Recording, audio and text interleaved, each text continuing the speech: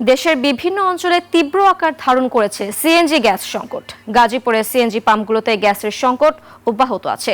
Pump কর্তৃপক্ষ বলছে, যেখানে 15 পিএসআই গ্যাসের চাপ থাকার কথা, সেখানে বেশিরভাগ পাম্পেই প্রেসার নেই।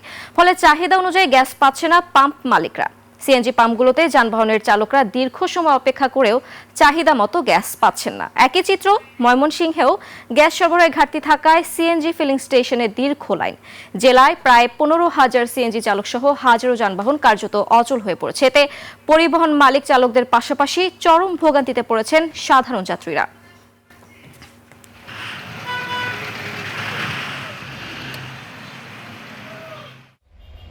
একদম ফুল সিরিয়াল আছে, কোনো লাইন প্রেসার নাই, বন্ধ মেশিন ইন টোটাল।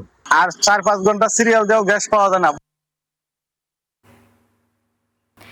গ্যাস সংকটের আরো খবর জানাতে গাজীপুর থেকে যুক্ত হচ্ছেন প্রতিনিধি অপূর্ব রায়। অপূর্ব, গাজীপুরে গ্যাস সংকটের সবশেষ পরিস্থিতি কি, আমাদেরকে বিস্তারিত জানাবেন।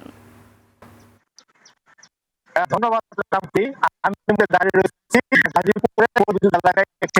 আমি সকাল থেকে বিভিন্ন পাম্পেই গ্যাসের সকাল থেকে প্রায় প্রতিটা পাম্পেই গ্যাসের জন্য যারা চালক তারা কিন্তু অপেক্ষা করছে। আমি এখন যে পাম্পে এসেছি, আপনি দেখতে পাচ্ছেন, আমি যদি আপনাকে একটু দেখাই যে এখানে সকাল থেকেই যানবাহনের যে একটা দীর্ঘ সারি, তারা কিন্তু চালকরা এখানে অপেক্ষা করতেছে।